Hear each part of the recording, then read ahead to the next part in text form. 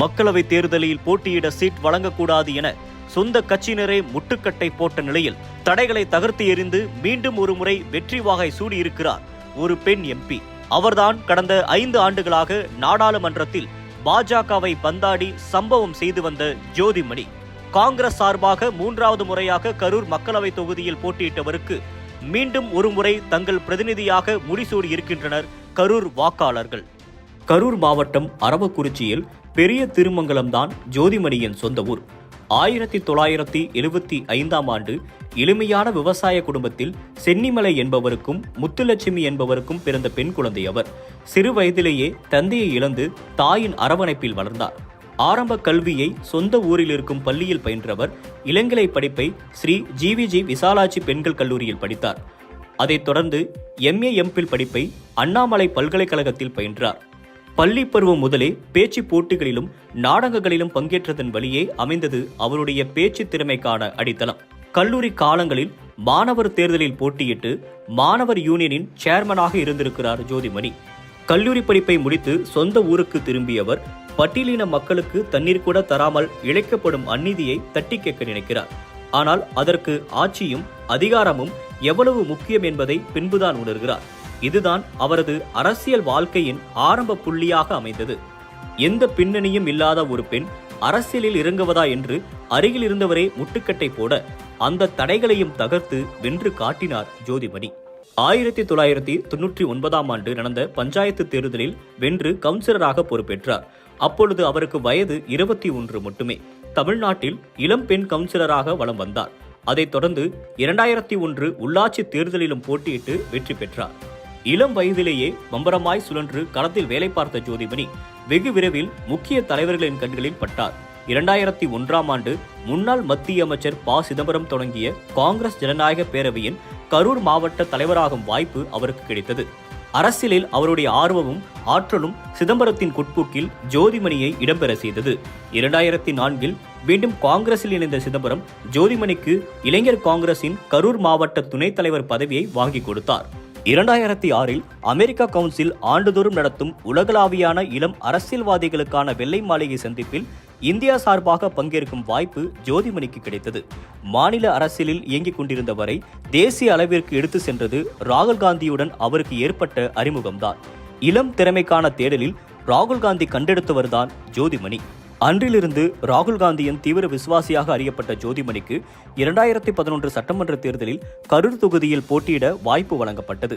அவர் எதிர்த்து போட்டியிட்டதோ அன்று அதிமுகவின் கரூர் முகமாக இருந்த செந்தில் பாலாஜியை. அந்த தேர்தலில் ஜோதிமணிக்கு தோல்வியே மிஞ்சியது. அதைத் தொடர்ந்து வந்தது 2014 மக்களவைத் தேர்தல்.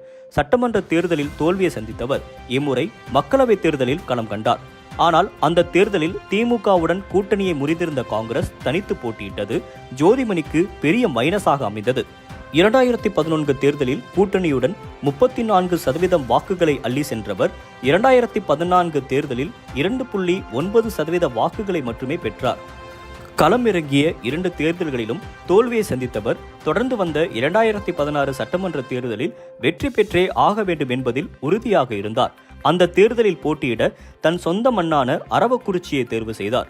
தேர்தல் அறிவிப்பதற்கு 9 மாதங்களுக்கு முன்பே களத்தில் இறங்கி மக்களை சந்திப்பது, Facebook, ட்விட்டர் தளங்களில் #அரவக்குறிச்சி 2016 ட்ரெண்ட் செய்வது என்று அன்அபிஷியலாக பிரச்சாரத்தை தொடங்கியிருந்தார் ஜோதிமணி.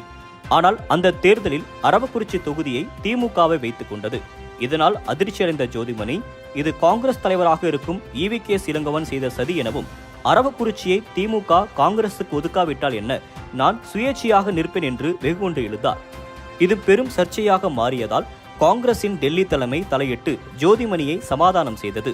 அடுத்து வந்தது 2019 மக்களவைத் தேர்தல். மீண்டும் களமிறங்க தயாரானார் ஜோதிமணி. ராகுல் காந்தியே நேரடியாக ஸ்டாலினிடம் பேசி கரூர் தொகுதியை காங்கிரசுக்கு ஒதுக்க வேண்டும் என்று கேட்டுக்கொண்டதாக செய்திகள் வெளியாகின.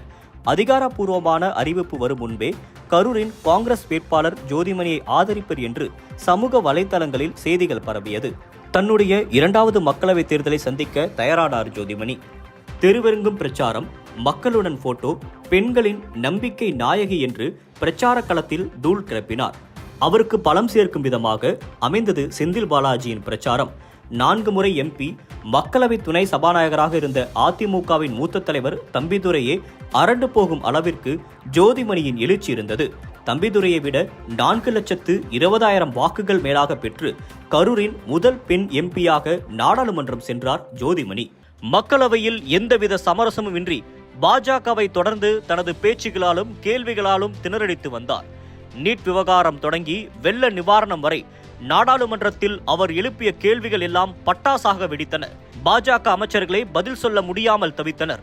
அதோடு டெல்லியில் பிரியங்கா, ராகுல் என நேரு குடும்பத்தின் 2 வாரிசுகளுடனான தனது நெருக்கத்தையும் அதிகரித்துக் கொண்டார். இதனால்தான் 2024 மக்களவை தேர்தல் நேரத்தில் தமிழ்நாடு காங்கிரஸில் ஜோதிமணிக்கு எதிராக பல உள்ளடி வேலைகள் நடந்தாலும் அவருக்கு சீட் கிடைத்தது. ஆனாலும் உட்கட்சி பூசல்களை எல்லாம் ஓரம் கட்டிவிட்டு களத்தில் போக்கஸ் செய்து மீண்டும் ஒருமுறை கரூரை கைப்பற்றியிருக்கிறார் ஜோதிமணி.